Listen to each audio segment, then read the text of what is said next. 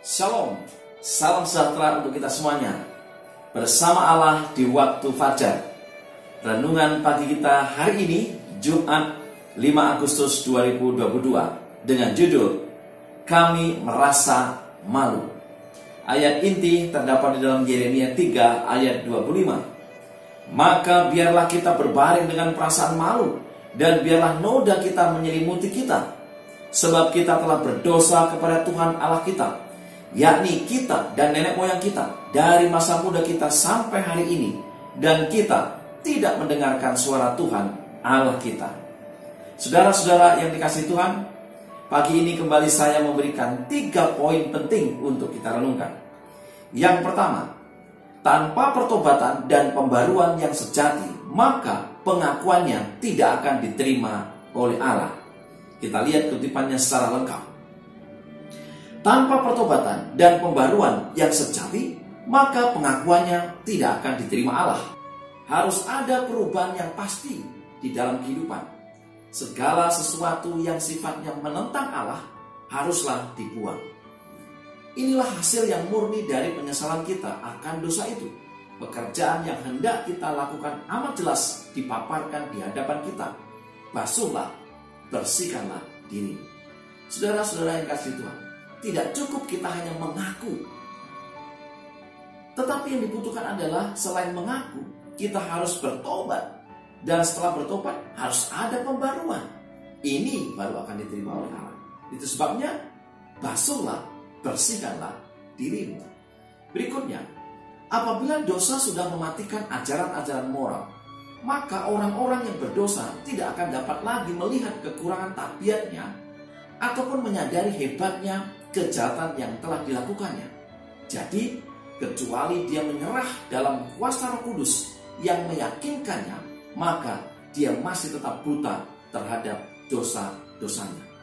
Saudara sekalian, kembali kita diingatkan, kecuali kita menyerah kepada kuasa Roh Kudus Tuhan, kita masih tetap buta. Kita nggak sadar kalau kita ternyata telah berbuat dosa. Itu sebabnya kita perlu membasuh diri kita, membersih diri kita. Dengan apa? Dengan kuasa Roh Kudus Tuhan. Poin yang kedua, tidak ada orang yang hidup untuk dirinya sendiri. Kutipan lengkapnya adalah, tidak ada orang yang hidup untuk dirinya sendiri. Rasa malu, kekalahan, dan kematian dibawa ke atas Israel oleh dosa satu orang. Berbagai dosa yang disimpan dan dipraktikkan oleh orang-orang yang mengaku Kristen menimbulkan ketidaksetujuan Allah atas jemaat. Saudara sekalian, ini adalah pengalaman bangsa Israel. Bangsa Israel kalah. Bangsa Israel malu. Bangsa Israel mengalami kematian begitu banyak orang. Oleh karena apa? Oleh karena dosa satu orang. Dan tentu saja kita ingat siapa itu. Dialah Akan. Karena dosa Akan yang tidak diakui, maka bangsa itu dipermalukan. Bangsa itu mengalami kekalahan. Poin nomor 3.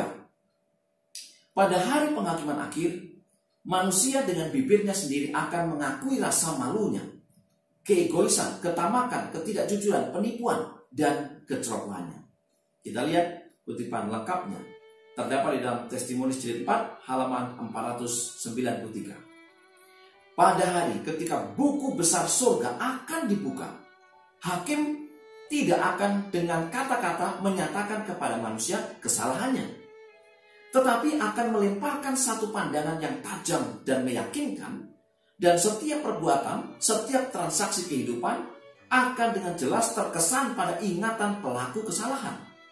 Orang tersebut tidak akan seperti pada zaman Yosua, perlu diburu dari suku-suku Israel hingga ke keluarganya. Tetapi bibirnya sendiri akan mengakui rasa malunya, keegoisan, ketamakan, ketidakjujuran, penipuan, dan kecerobohannya. Saudara-saudara yang kasih Tuhan, hari ini mungkin kita bisa menutupi akan kesalahan kita, dosa kita. Tetapi ketika buku besar surga dibuka, penghakiman dijalankan, kita sendiri yang akan mengakuinya, membukanya, menyatakannya bahwa saya telah berdosa, bahwa saya tamak, bahwa saya tidak jujur, bahwa saya ceroboh. Itulah yang terjadi. Sekali lagi, poin 3 poin utama kita hari ini adalah pertobatan dan pembaruan sangat diperlukan. Tidak cukup hanya sekedar mengaku saja. Yang kedua, bahwa tidak ada orang yang hidup untuk dirinya sendiri. Dosa yang saya sebabkan, dosa yang saya lakukan akan berdampak bagi orang lain, bagi keluarga, bagi jemaat, dan seterusnya. Dan yang ketiga, pada hari akhir nanti, ketika penghakiman itu terjadi, kita sendiri yang akan mengakuinya bahwa kita telah berbuat dosa, kita telah berlaku tidak jujur, menipu, dan seterusnya. Mari kita tunduk kepala dan berdoa. Bapa di surga, Allah yang penuh kasih, biarlah Roh Kudus-Mu sendiri yang akan menerangkannya, memetraikan firman ini dalam hati dan pikiran kami. Kami mengerti, kami memahami, kami diubahkan. Terima kasih ya Tuhan, mohon berkat untuk kami semuanya di sepanjang hari ini. Dalam nama Yesus kami berdoa. Amin. Saudara-saudara yang kasih Tuhan, semangat menjalani hari ini bersama Allah di waktu fajar. Tuhan memberkati kita.